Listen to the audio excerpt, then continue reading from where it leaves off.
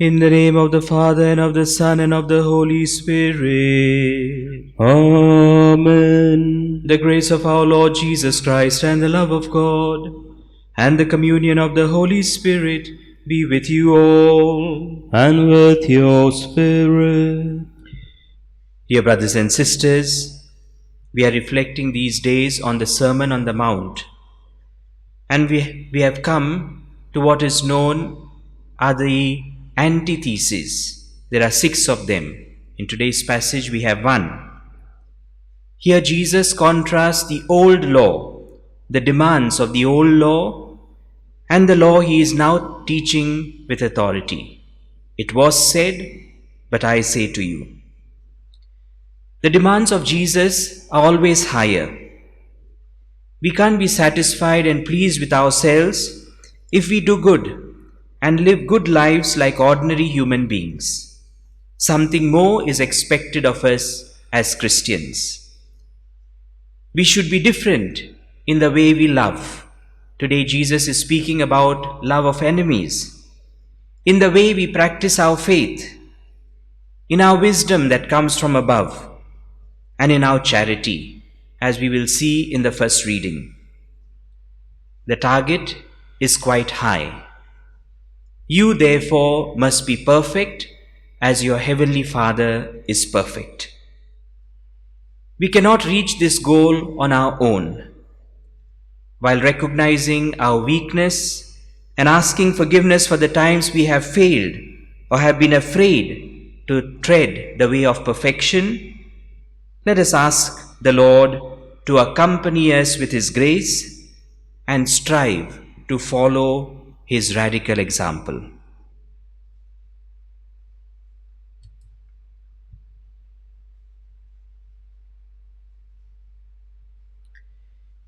You were sent to heal the contrite. Lord, have mercy. Lord, have mercy. You came to call sinners. Christ, have mercy. Christ, have mercy. You plead for us at the right hand of the Father. Lord, have mercy. Lord, have mercy. May Almighty God have mercy on us, forgive us our sins, and bring us to everlasting life. Amen. Let us pray for all those people who are suffering on account of natural calamities and for those suffering hunger. Let us pray. O God, who being both good and almighty, provide for all creatures, give us, we pray, an effective love for our brothers and sisters who suffer hunger, so that famine may be banished, and that they may have strength to serve you with free and untroubled hearts. Through our Lord Jesus Christ, your Son, who lives and reigns with you in the unity of the Holy Spirit, one God forever and ever. Amen.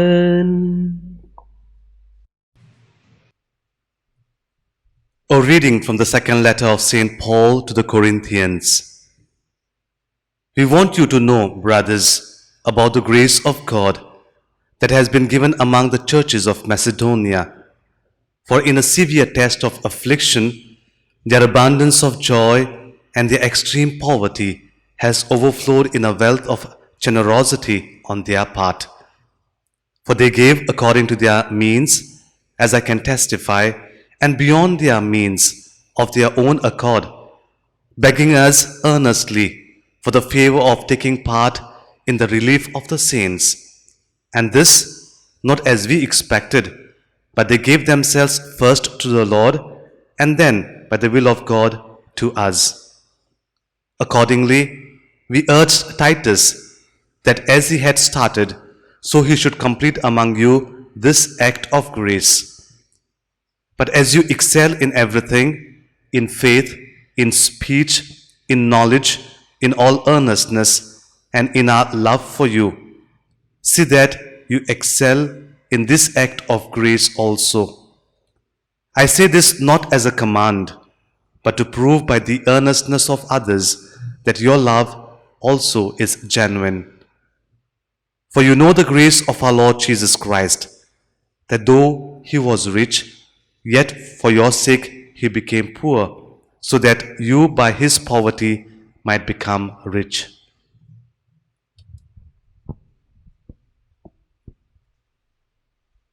The word of the Lord. Thanks be to God. Our response shall be, my soul give praise to the Lord. My soul give praise to the Lord. My soul give praise to the Lord. I will praise the Lord all my life. Sing praise to my God while I live. My soul give praise to the Lord. Blessed is he who is helped by Jacob's God, whose hope is in the Lord his God, who made the heavens and the earth, the seas and all they contain. My soul give praise to the Lord. It is the Lord who preserves fidelity forever, who does justice to those who are oppressed. It is he who gives bread to the hungry, the Lord who sets prisoners free. My soul give praise to the Lord. It is the Lord who opens the eyes of the blind, the Lord who raises up those who are bowed down.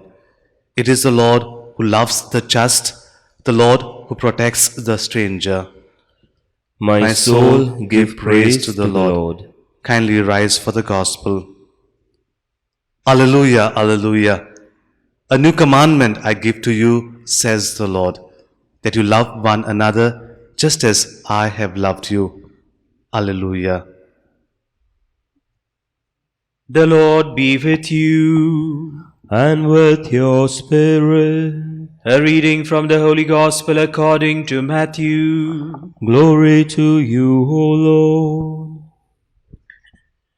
At that time, Jesus said to his disciples, you have heard that it was said, you shall love your neighbor and hate your enemy.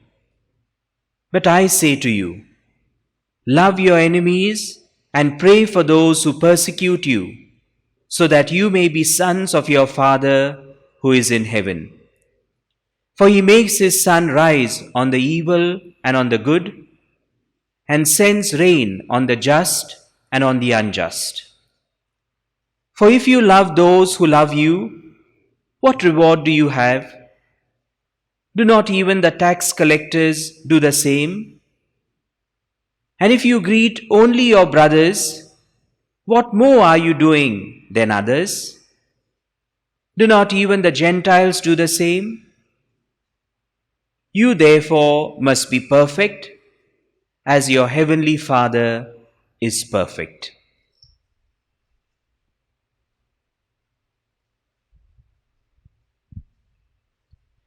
The Gospel of the Lord. Praise to you, Lord Jesus Christ. My dear brothers and sisters, since last week, the first reading is taken from the second letter of St. Paul to the Corinthians. Between the two main parts of the letter, we have now two chapters, 8 and 9, inserted in between, which deal with a collection for Jerusalem. I feel it's quite relevant to dwell on this theme, especially in the times we are living in. What is the background to this passage? In the year 48, there was a severe famine in Judea. Naturally, the Christians of Jerusalem, its capital, suffered from hunger like all the other people in that area. As we can read from the Acts of the Apostles, chapter 11, verse 28, the Greek Christians of Macedonia organized a collection for their fellow Christians of Jerusalem. After the Council of Jerusalem, which was held a year later, either in 49 or 50, Paul was asked to keep in mind the needs of the poor in Jerusalem and to collect money for them during his missionary journeys. He is aware that asking for money is not an easy task. The hearers could pose delicate questions. Why? How? Who will be responsible to see that it is not misused or swindled and reaches really the needy?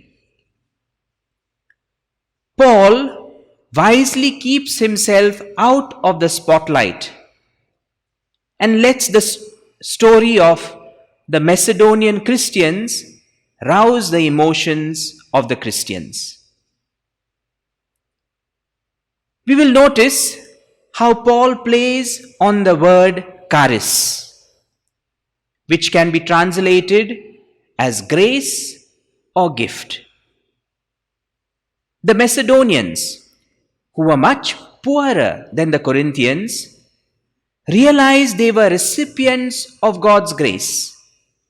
And it was this that moved them to not only joyfully and generously contribute beyond their means, but give of themselves after the example of Jesus, who was rich, yet for our sake became poor, so that by his poverty we might become rich.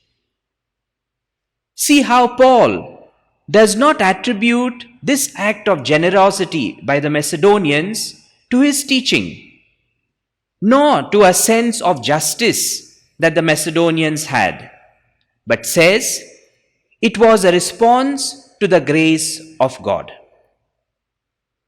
Paul also refuses in our passage today to mandate or demand from the Corinthians this charitable act. Rather, he wants it to be a sign of their devotion to the Lord. The Corinthians, by nature, most of them engaged in commerce, had a competitive spirit, and so Paul urges them to excel now in the art or act of giving. We know that the church has always promoted and encouraged charity towards the needy and poor. Even the offertory procession, the gifts that were offered, and the collections at Mass began with this purpose in mind. Yes, it is necessary that there are checks and balances to prevent any abuse. However, as the expression in English expression goes, we should not throw the baby with the bathwater.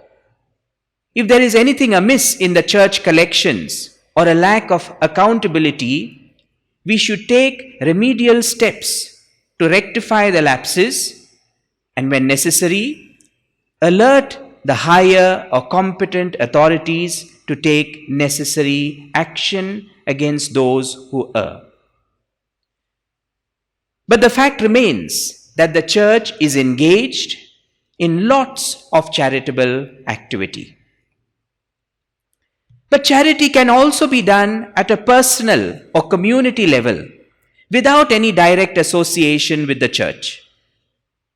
We notice that when there are natural calamities or when there are people in distress, a house burns down, or the tragic death of the only breadwinner in the family, there is spontaneous outpouring of help, sometimes even from people who are not manifestly religious or maybe even atheists. Nowadays, because of the communication media, it happens even on national and international levels.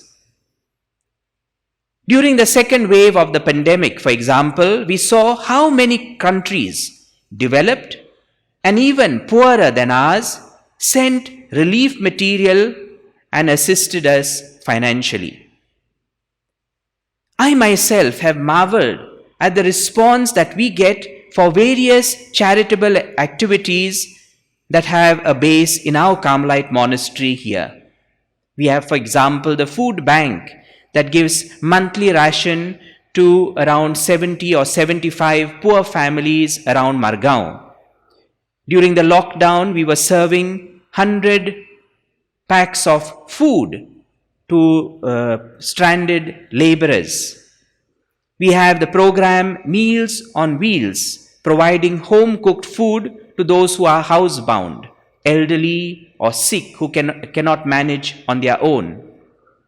There is medical assistance offered to patients, especially patients on dialysis.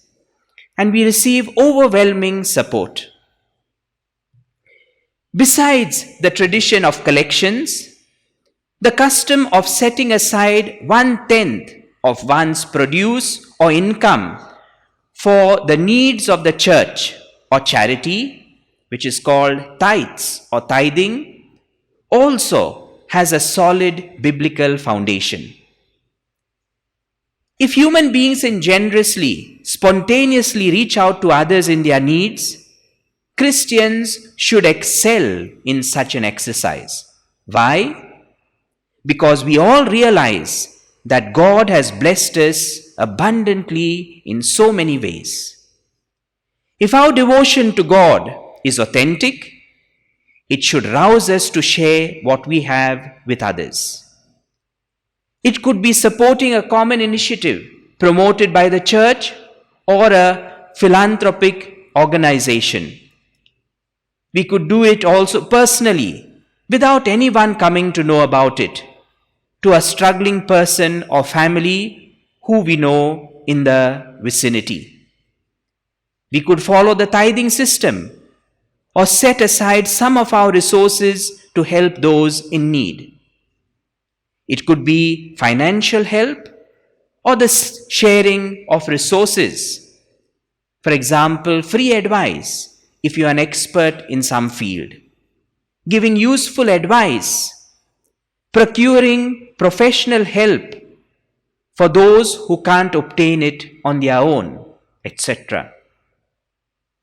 Charitable we must be. The ways can be different, and that too according to our means. An old French proverb says, "Whoever gives to the poor lends to God."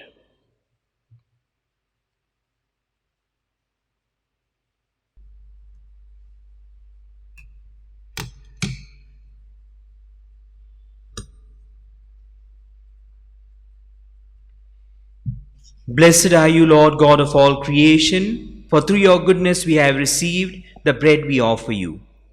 Fruit of the earth and work of human hands, it will become for us the bread of life. Blessed be God forever.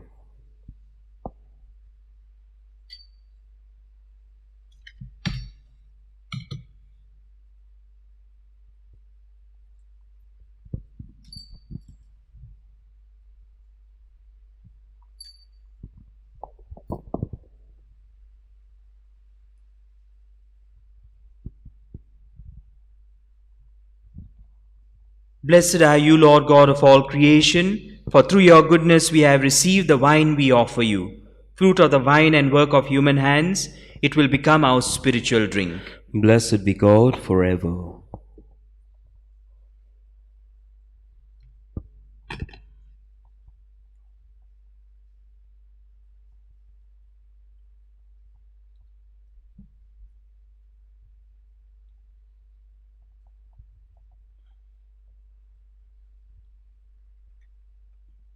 Pray, brothers and sisters, that my sacrifice and yours may be acceptable to God the Almighty Father. May the Lord accept the sacrifice at your hands for the praise and glory of his name, for our good and the good of all his holy people.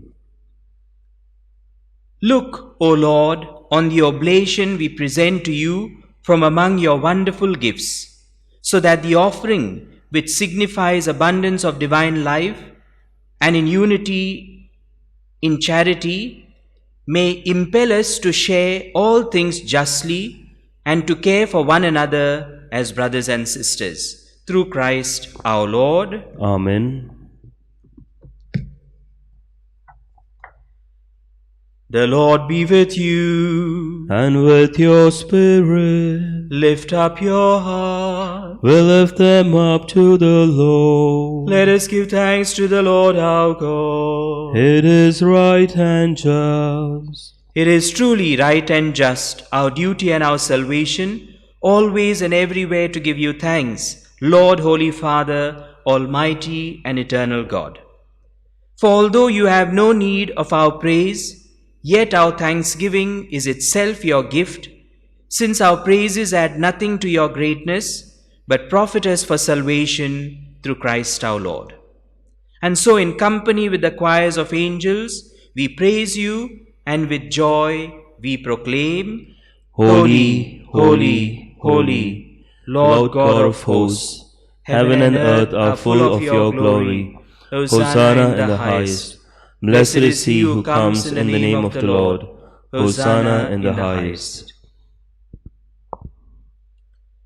You are indeed holy, O Lord, the fount of all holiness. Make holy, therefore, these gifts, we pray, by sending down your Spirit upon them like the dewfall, so that they may become for us the body and blood of our Lord Jesus Christ.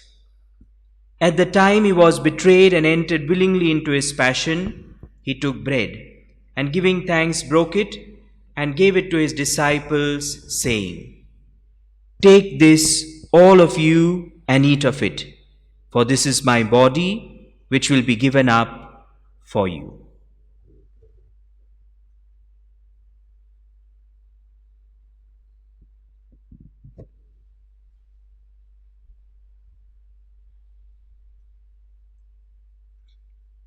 In a similar way, when supper was ended, he took the chalice, and once more giving thanks, he gave it to his disciples, saying, "Take this, all of you, and drink from it, for this is the chalice of my blood, the blood of the new and eternal covenant, which will be poured out for you and for many for the forgiveness of sins. Do this in memory of me."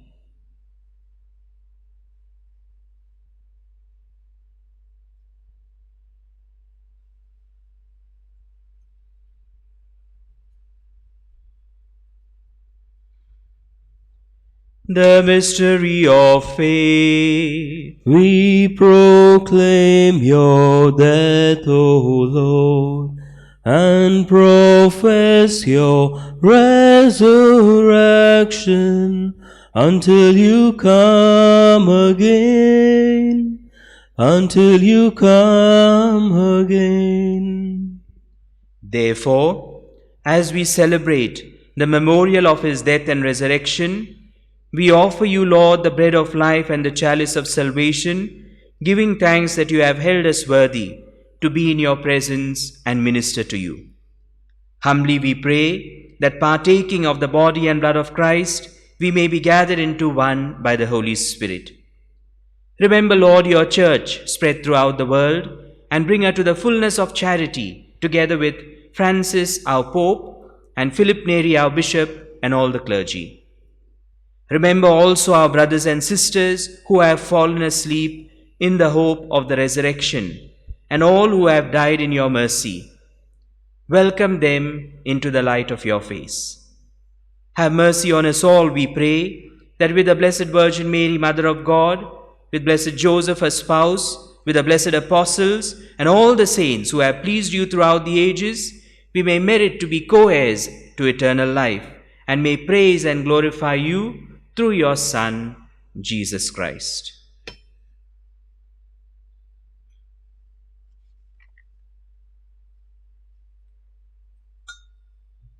Through him and with him and in him, O God, Almighty Father, in the unity of the Holy Spirit, all glory and honor is yours forever and ever.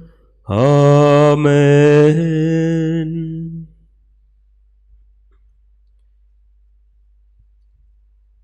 Thanking our Heavenly Father for blessing us in numerous ways, let us lovingly call upon Him and pray in the very words Jesus Himself gave us.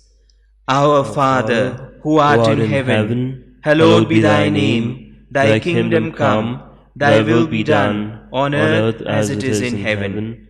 Give us this day our daily bread, and forgive us our trespasses, as we forgive those who trespass against us. And lead us not into temptation, but deliver us from evil. Deliver us, Lord, we pray, from every evil. Graciously grant peace in our days, that by the help of your mercy we may be always free from sin and safe from all distress, as we await the blessed hope and the coming of our Saviour, Jesus Christ. For the kingdom, the power, and the glory are yours, now and forever. Lord Jesus Christ, who said to your apostles, "Peace I leave you, my peace I give you," look not on our sins, but on the faith of your church, and graciously grant her peace and unity in accordance with your will, who live and reign forever and ever. Amen. The peace of the Lord be with you always. And with your spirit. Let us offer each other the sign of peace. Lamb of God, you take away the sins of the world, have mercy on us. Lamb of God, you take away the sins of the world, have mercy on us. Lamb of God, you take away the sins of the world, grant us peace.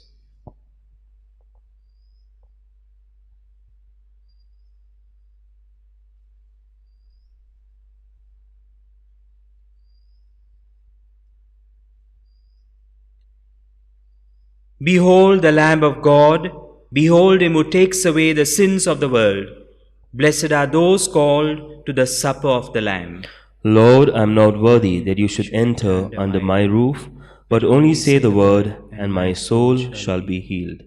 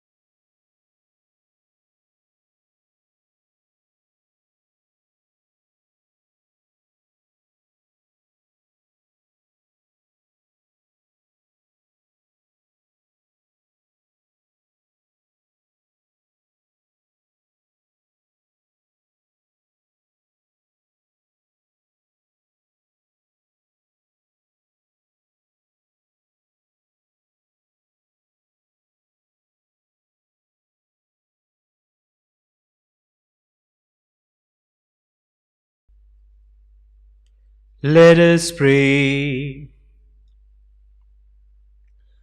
O God, Almighty Father, we humbly ask you that the living bread which has come down from heaven may give us strength to relieve our brothers and sisters in their need, through Christ our Lord. Amen. The Lord be with you, And with your spirit. and may Almighty God bless you, the Father and the Son and the Holy Spirit. Amen. Go in peace, glorifying the Lord by your lives. Thanks be to God.